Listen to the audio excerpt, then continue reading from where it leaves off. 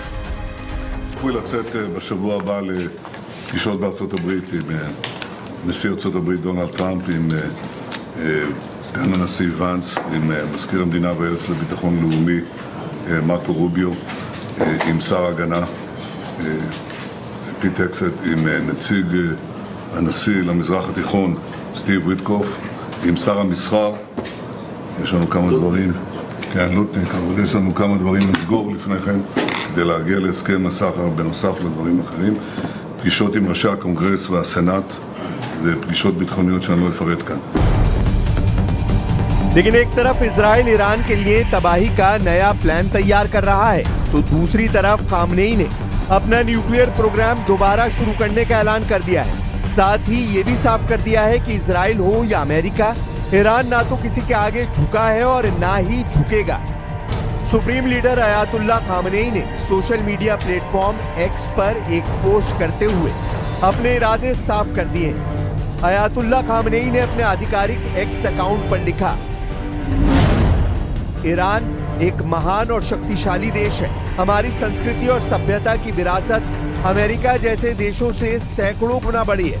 ये सोचना कि ईरान किसी देश के सामने आत्मसमर्पण करेगा एक हास्यास्पद बात है जिस पर समझदार लोग सिर्फ हंस सकते हैं। 7 जुलाई तारीख तय है, जगह तय है और अब मंजिल भी तय है, ईरान की तबाही। वॉशिंगटन में ट्रंप और नेतन्याहू की मुलाकात सिर्फ एक कूटनीतिक बैठक नहीं होगी, वो पश्चिम एशिया की सबसे बड़ी जंग का ब्लूप्रिंट तैयार करने वाला पल होगा। इजराइल ने ऑपरेशन का नाम फाइनल कर दिया है, मिसाइल पावर, न्यूक्लियर ताकत और समुद्री दबदबे। ईरान की त्रिशक्ति को एक एक कर ध्वस्त करने की योजना टेबल पर है। IAEA से झूठ, खामनेई की सोशल मीडिया पर धमकी और 400 किलो यूरेनियम का गायब होना सब इस बात की गवाही दे रहे हैं कि भीतर ही भीतर सब कुछ सुलग रहा है। और इसी चुनौती से निपटने के लिए ईरान के खिलाफ अमेरिका में इजराइल उस आखिरी चैप्टर को लिखने वाला है जिसमें खामनेई के अंत का फरमान लिखा होने वाला होगा।